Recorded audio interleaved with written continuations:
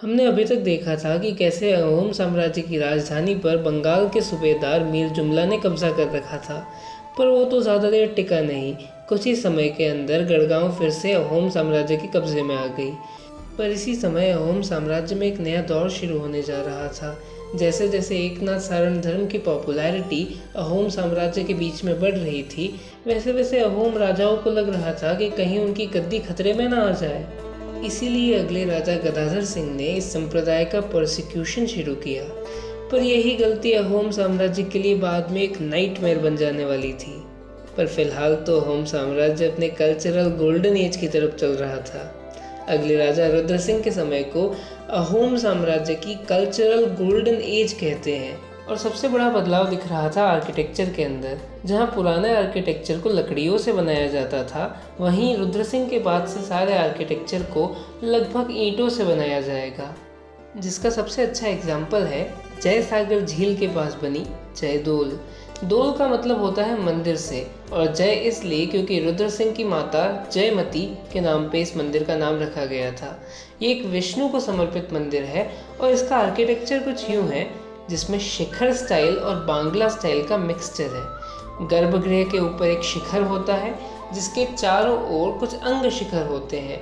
इस गर्भगृह से बाहर निकलते हुए एक अंतराल होता है जिसकी जो छत है वो किसी एक एसमीज हट की तरह दिखती है। इस स्टाइल को बोलते हैं दो चाला स्टाइल। ये स्टाइल एक्चुअली पूरे के पूरे पूर्वी भारत में बहुत कॉमन है। खैर, अंतराल के बाद मंडप आता है। अधिकतर छोटे छोटे आसामीज टेम्पल्स के अंदर मंडप होता ही नहीं है। अगर मंडप होता है तो बड़े आसामीज टेम्पल्स में, और वो भी लकड़ी का बना हुआ नया दिखता है, पुराने मंदिर की तरह नहीं। खैर, जयदोल के पास में एक और मंदिर है जिसे कहते हैं घनश्याम दोल। और अगर आप इस मंदिर को देखेंगे तो आपको लगेगा कि ये मुगल इंस्पायर्ड मंदिर है, क्योंकि हाँ, घनश्याम जो इसके आर्किटेक्ट के नाम पे इसका नाम रखा गया है, उसका पुराना नाम था घनश्याम उद्दीन, कुछ ऐसा सोर्सेस कहते हैं, जो मुगल साम्राज्य से अहोम साम्राज्य में आया था। कुछ ही समय के बाद उसने अपना धर्म बदल दिया था और अहोम साम्राज्य के लिए आर्किटेक्ट बन गया था। उसने बहुत सारे मंदिर बनाए थे और इन सारे मंदिरों के अंदर मुगल अहोम आर्किटेक्चर का जैसे मिक्सचर कर दिया था। पर आर्किटेक्चर की गोल्डन एज केवल मंदिर बनाने से नहीं आएगी। इसीलिए राजा रुद्र सिंह ने इस समय पर अपनी नई राजधानी रंगपुर के अंदर एक नया राजमहल बनवाया जिसका नाम है कारेंघर। ये राजमहल एक मंजिला इमारत है जहां नीचे के फ्लोर्स तो सेवकों के रहने के लिए और घोड़ों को रखने के लिए इस्तेमाल किए जाते थे, जबकि ऊपर के फ्लोर्स राजसी कामों के लिए। आर्किटेक्चर की देखें तो ऊपर के फ्लोर पर सीढ़ियों के जस्ट आगे एक मंत्रणा घर था जहां राजा अपने मंत्रियों के साथ मंत्रणा करते थे। इस मंत्रणा घर के वेस्ट में एक ऑक्टोगोनल शिव मंदिर है और इसके ईस्ट में राजा का दरबार लगता था, जिसके पास ही एक सुप्रीम कोर्ट के लिए या न्याय सौधा के लिए एक जगह बनाई गई थी। साथ ही पूरे कॉम्प्लेक्स के साउथ ईस्ट के अंदर एक सीक्रेट असेंबली हॉल बनाया गया था। ये पूरा के पूरा स्ट्रक्चर पूरे अहोम साम्राज्य में बना हुआ सबसे बड़ा स्ट्रक्चर था, जिसके नीचे के फ्लोर्स तो ईंटों के बने हुए थे जबकि ऊपर के फ्लोर्स लकड़ी के बने हुए थे। माना जाता है इस इमारत के अंदर 7 फ्लोर्स थे, जिसमें 3 अंडरग्राउंड फ्लोर थे जो बाद के राजा राजेश्वर सिंह ने बनाए थे। और इसी राजमहल के पास में एशिया का सबसे पुराना एम्पी थिएटर था, रंगघर। एम्पी थिएटर माने ऐसी जगह जहाँ पर राजा और रानी बैठकर लड़ाइयाँ देखते थे और आनंद लेते थे। जिस प्रकार रोमन राजाओं के लिए कोलोजियम था, उसी प्रकार अहोम राजाओं के लिए रंगघर था। पर गोल्डन एज केवल आर्किटेक्चर में नहीं आई थी।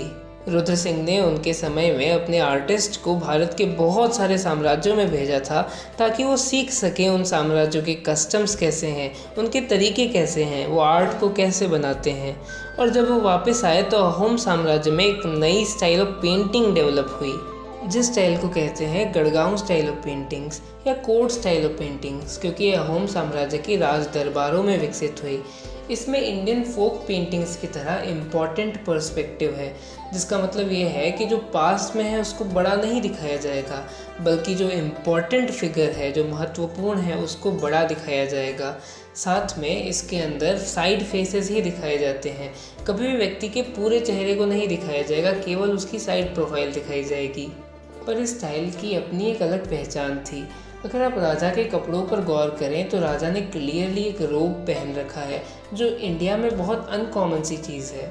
साथ ही अगर देखें तो इस स्टाइल ऑफ पेंटिंग्स के अंदर ये वाइट कलर का मकान या कोई आर्किटेक्चरल एलिमेंट आपको हमेशा देखने को मिलेगा। कुछ एक्सेप्शंस हैं, पर अधिकतर अहोम पेंटिंग्स के अंदर आपको कोई ना कोई वाइट बिल्डिंग देखने मिल जाएगी। खैर, हमने रुद्र सिंह के बारे में बहुत कुछ देख लिया। अब चलो अगले राजा पर चलते हैं, इनके बेटे शिव सिंह पर, जिनका काल अहोम साम्राज्य के इतिहास में सबसे अजीब कालों में से एक रहा होगा, जहाँ पर रानियों को राजाओं का दर्जा दिया जाने लगा। दरअसल बात यह है कि राजा के ज्योतिषों ने उनको बताया था कि उन्हें एक छत्र भंग योग है, मतलब अगर वो राजा का टाइटल लेंगे तो उनका छत्र यानी राजपाट छिन जाएगा उनसे। तो शिव सिंह ने एक तरकीब निकाली। उन्होंने राजा का पद बनाया बड़ राजा नाम से, और ये पद अपनी पत्नी को फूलेश्वरी देवी को दे दिया। तो इस प्रकार अहोम साम्राज्य की पहली बड़ राजा बनी फूलेश्वरी या प्रथमेश्वरी देवी, जिनके समय वैष्णवों का जो परसिक्यूशन गदाधर सिंह ने शुरू किया था वो एक्सेलरेट हो गया। रंगपुर के अंदर फूलेश्वरी देवी ने एक दुर्गा पूजा का आयोजन किया, जिसमें उन मोनोथियस्टिक वैष्णव संतों को बुलाया, उन सत्राधिकारियों को बुलाया जो नारायण के अलावा किसी और भगवान को मानते नहीं थे। और उनको न केवल बुलाया गया बल्कि उनको फोर्स किया गया कि वो दुर्गा पूजा सेलिब्रेशंस के अंदर हिस्सा लें। कुछ सोर्सेस तो यहाँ तक कहते हैं कि जो बलि दी गई थी उसके रक्त से इन सारे महंतों के तिलक लगाए गए थे, और अपना खुद का इतना सारा अपमान ये सारे वैष्णव सत्राधिकारी सह ना सके, जिससे कल्मिनेशन हुआ अहोम साम्राज्य की सबसे बड़ी रिबेलियन का, द मोआ मोरिया रिबेलियन, जिसमें तिनसुकिया और डिब्रूगढ़ के आसपास के कुछ सत्रों ने अपनी इंडिपेंडेंस ही घोषित कर दी थी, और साथ में अहोम साम्राज्य की राजधानी गढ़गांव पे बहुत बार आक्रमण भी किया था, जिसके कारण अहोम साम्राज्य की उस समय की पॉपुलेशन लगभग आधी हो गई थी। और इस पूरे रिबेलियन के कारण अहोम साम्राज्य इतना कमज़ोर हो चुका था कि जिसका फ़ायदा उठाया पास के बर्मा साम्राज्य ने, और कुछ ही सालों के अंदर इस पर कब्जा कर लिया। और यहाँ हमारी कहानी ख़त्म होती है।